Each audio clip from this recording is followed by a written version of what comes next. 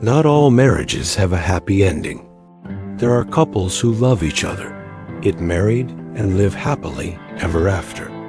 But some others do not, and this man is no exception.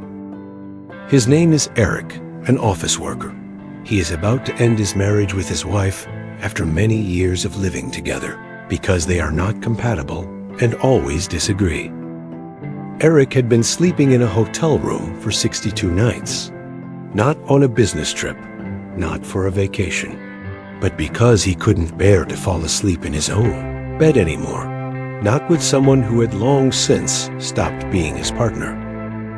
He had once believed that marriage meant stability, that growing apart was something that only happened to people in movies. But now here he was, eating cup noodles on a tiny hotel desk, trying to remember the last time he had looked at his wife and truly felt seen. The worst part? They weren't even fighting anymore. The arguments had stopped, but so had the laughter. It was like living with a polite stranger who just happened to know where the plates were kept. That night, he couldn't sleep. Again, he left the hotel room and wandered out onto the street, hands in his pockets, breath visible in the cool air. He didn't plan to end up at a bar. It just happened. The way things happen when you don't know where else to go. The warm glow of neon signs, the faint sound of jazz floating from inside, the clink of glasses. It called to him. Or maybe it was just better than feeling alone.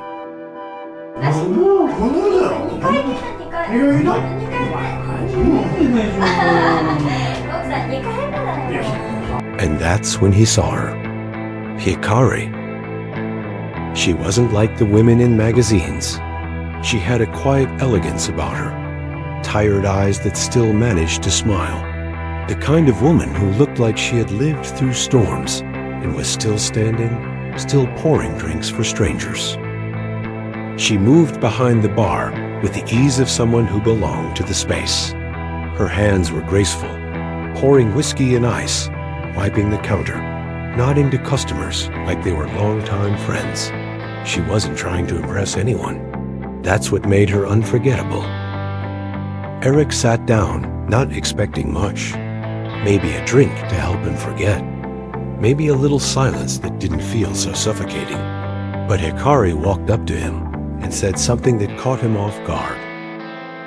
You look like someone who's tired of pretending everything's fine. He blinked, managed a small laugh. You could say that. She poured him a drink neat. First one's on the house, for honesty. なんでだよ。だってババアが無作為に物をボンってぶん殴ってきたんだぞ。ババアとか言わないの。お客さん初めてですよね。この辺の方ですか？あ、いえ、たまたま仕事で来てるんですよ。仕事？あ、出張とかですか？なんかかっこいい。そんなかっこいいもんじゃないですよ。お仕事とか聞いていいですか？何系の？建築系。土建屋さん？っていうか、この建築技師って言って建物の耐震診断したりとか。なんか難しそうですね。He didn't know how the conversation started, but soon they were talking, really talking, the way you only can with a stranger who has no stake in your past. She told him about the bar, how it had been in her family for generations, how she took it over after her divorce, raising her son on her own. He told her about the endless arguments, the loneliness in his marriage, how he hadn't felt like himself in years. They weren't flirting, not really. They were confessing. One sentence at a time, sins without shame. The bar slowly emptied out until it was just the two of them. She didn't rush him to leave, didn't look at the clock. She just kept refilling his glass and hers until the lines between bartender and customer blurred completely. And Eric, for the first time in months, laughed. Really laughed. Not the forced chuckle in office hallways. Not the awkward smile he gave his wife during dinner. But the kind of laugh that bubbled up from his chest and made him forget that heartbreak even existed. The drinks kept coming. The stories got deeper, funnier, sadder. She told him how her ex still showed up sometimes, drunk and angry. How she had learned to carry pepper spray in her pocket. He told her how he sometimes stood in front of his old house, wondering if his wife was inside, wondering if she even noticed he was gone. They didn't notice the time. They didn't want to. He remembered laughing, then resting his forehead on the counter, then the warmth of her voice telling him to lie down just for a bit. The last thing he heard before falling asleep was her humming a lullaby, soft as mist.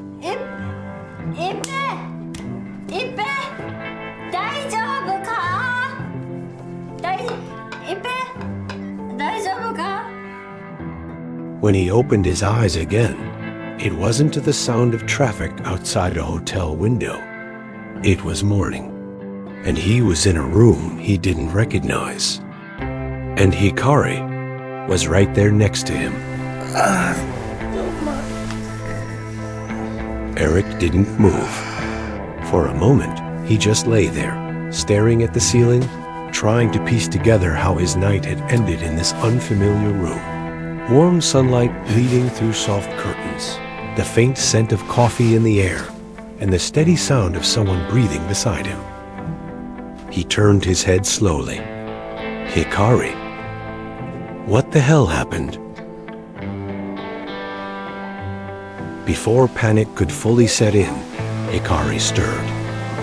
She opened her eyes slowly, blinked at him, and sat up as well, holding the blanket to her chest. For a few seconds, they just stared at each other, both blinking like they were still waking from the same dream.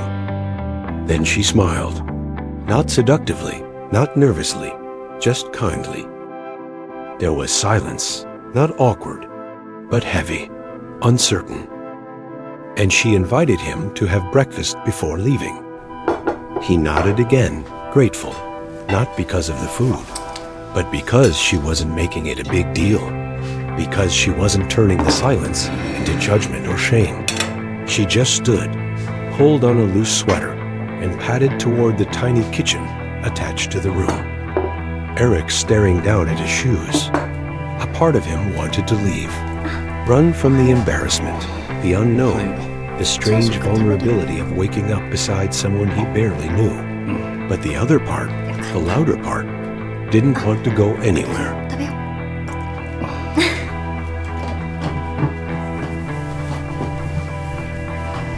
He joined her at the table. They ate in quiet bites at first. Toast, eggs, some miso soup she'd warmed up from the fridge. And then slowly, the conversation returned. Light, hesitant at first, then deeper, more sincere. Like picking up a thread they'd dropped the night before. Eric apologized for overstaying. She waved it off. "It's not like I haven't seen worse," she said with a grin. One time a customer threw up behind the bar and then tried to propose to me with a bottle cap.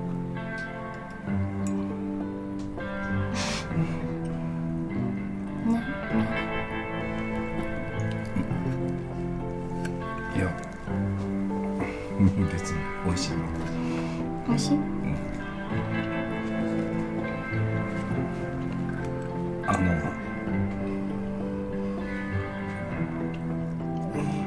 なんか昨日はすいません。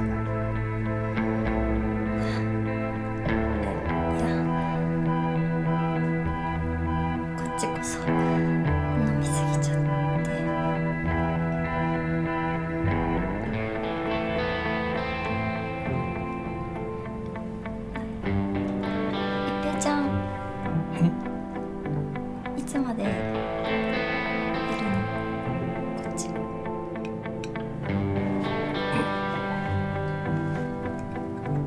まあ仕事が順調にいけば明日の午前中には帰るから。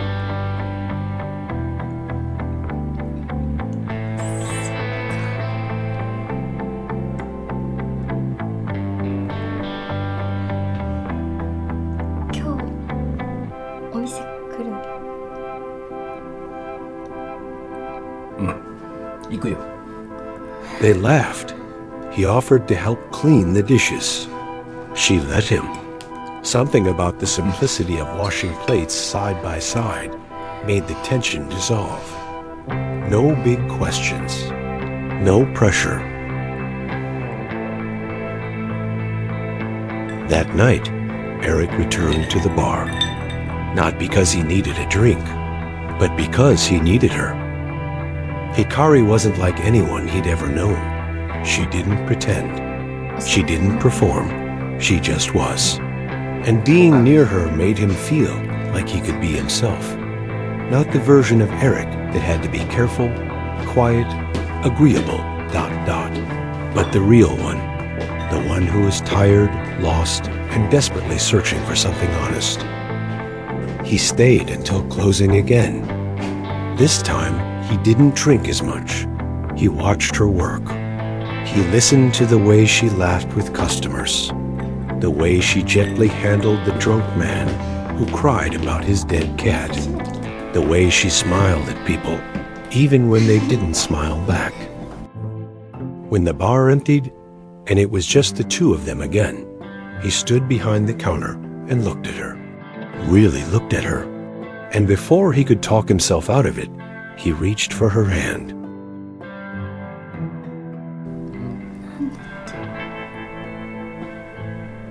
昨日会ったばっかりだし、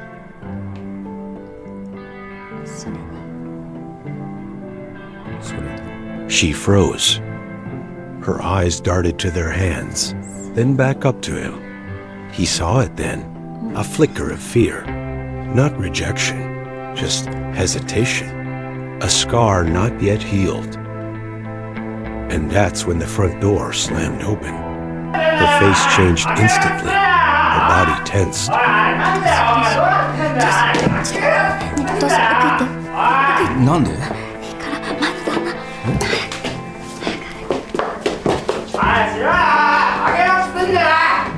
Eric instinctively ducked behind the counter. The man staggered in. His words were slurred, but sharp. But Eric could see it now. She was shaking. The man punched the wall. Eric flinched. He wanted to run out, confront him. But he also knew this wasn't his fight. Not yet. This wasn't about being a hero. This was a history he didn't understand. Eventually, the man stormed out, slamming the door behind him.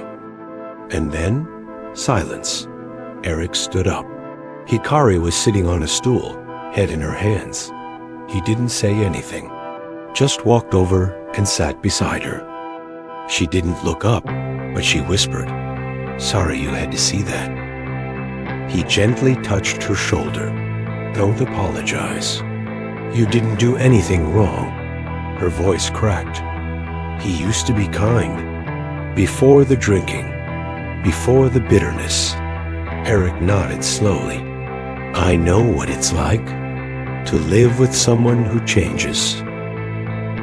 And in that moment, something between them shifted. This wasn't a story about romance born out of a drunken night. This was two broken people, quietly recognizing the cracks in each other. And something about that felt real. That night changed everything. Not because anything dramatic happened between Eric and Hikari, but because nothing had to. The silence they shared after her ex-husband left was heavier than any confession, more honest than any words could have been.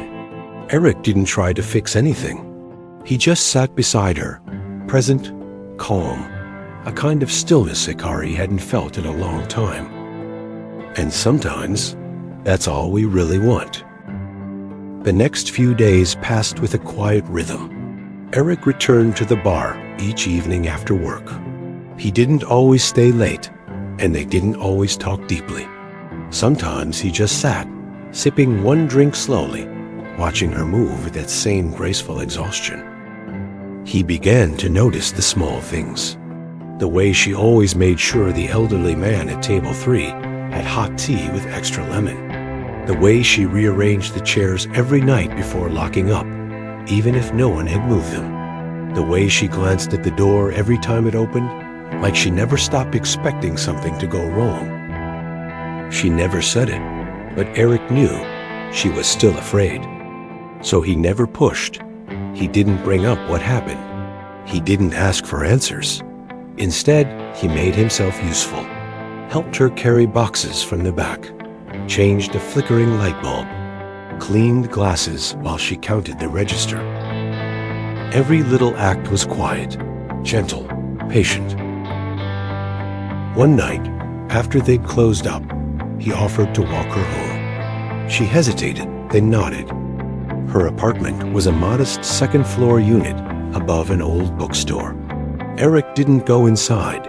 He just watched her climb the stairs. And before she disappeared behind the door, she turned and gave him a small, real smile. That day, Eric lay awake in his hotel room for a long time, not thinking about his wife or the house he used to live in, but about this, the strange peace he'd found in the last few days. A connection that had grown out of nothing, out of exhaustion and sadness and shared pain, something that felt like healing. The next day, he brought her coffee before the bar opened. She laughed when she saw him standing outside, holding the paper cups. It became a routine. He brought coffee. She made him stay for dinner. He helped her set up. She told him stories about her son. Slowly, the distance between them disappeared, not with a bang, but with a series of gentle steps. They stood there, fingers entwined, surrounded by the scent of whiskey and wood polish and something so rare, safety. That night, when he returned to the hotel, he felt it. Something had shifted. His heart wasn't in limbo anymore. It was choosing, slowly, deliberately, and he wanted her to know.